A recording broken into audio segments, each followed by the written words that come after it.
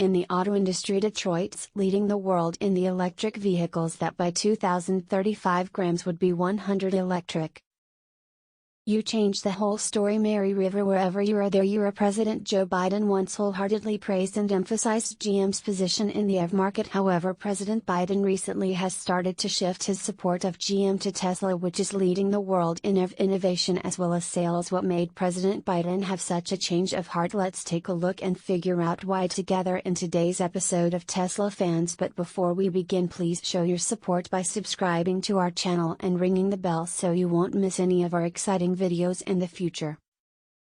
President Joe Biden credited GM CEO Mary Barra for electrifying the entire auto industry. However, he recently publicly acknowledged Tesla for the first time in his presidency, noting the company's status as the nation's largest producer of EVs. Talk about a slap to the face for GM, as Joe Biden uncharacteristically did not mention GM much during the event. He had previously affirmed GM's position in the electric car industry, but with Tesla 310,048 electric vehicles in the first quarter of 2022.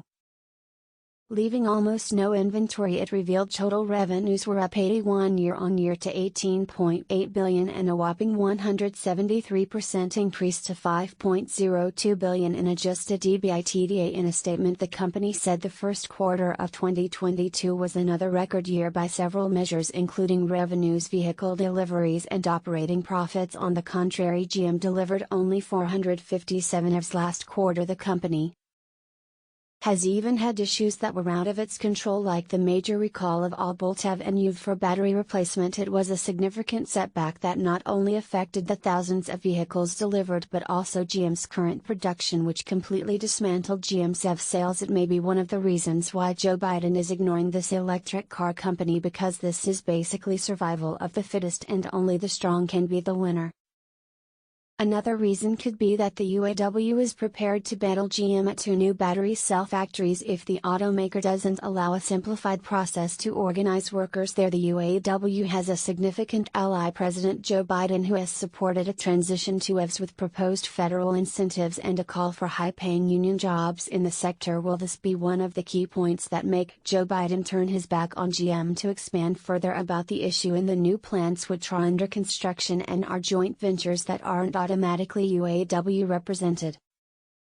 It's a process that would allow workers to check a box on cards to organize versus a drawn-out traditional vote process. The outcome of organizing the plans will carry far-reaching consequences for future EV workers. GM is talking very differently from Biden when he said the EV jobs should be higher wages and union represented, said Cindy Estrada, UAW Vice President and Director of the Organizing Department. GM declined to comment on talks of a formal neutrality agreement with the UAW during the union's attempts to organize workers. Maribrid doubts what happened in the past and present of the UAW. The UAW's concern with the NLRB election process is that even with neutral management, there are likely organizations eager to run an anti-union campaign on social media or elsewhere. Labor experts say after a years-long federal corruption probe, those groups will undoubtedly point to UAW's tarnished reputation. The Supreme Court sentenced ex-UAW President Dennis Williams to 21 months in prison for embezzlement, and Gary Jones, the second UAW president of the United Auto Workers, was sentenced to 28 months in jail for his part in a scheme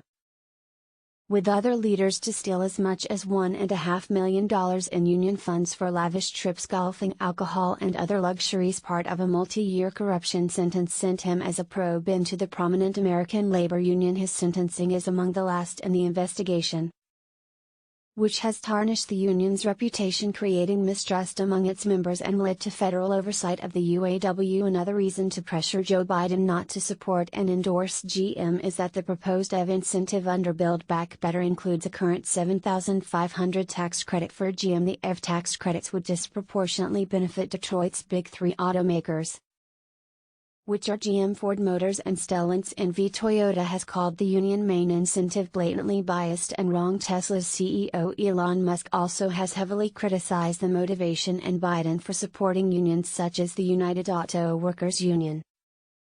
that represents the Detroit automakers' planned workers. Foreign automakers have harshly criticized the decision to give union-made vehicles a leg up. The Democratic proposal eliminates phasing out tax credits after automakers hit 200,000 electric cars sold, which would again make GM eligible. The tax credits supporting advanced technologies that generally benefit wealthier Americans have always been controversial, but stipulating that a portion of the $12,500 goes to the union-made EVs escalated the partisan tension. Biden has been unapologetic about his support of unions. It caused unfairness and protests from many automakers in the U.S., and it pressured Biden not to endorse GM. Moreover, Biden's administration, seeking deep cuts to planet heating emissions, is facing pressure to take a previously unthinkable step, declaring the end of the internal combustion engine in the U.S. It's one of the reasons that GM's diesel car industry is gradually being limited and inhibited.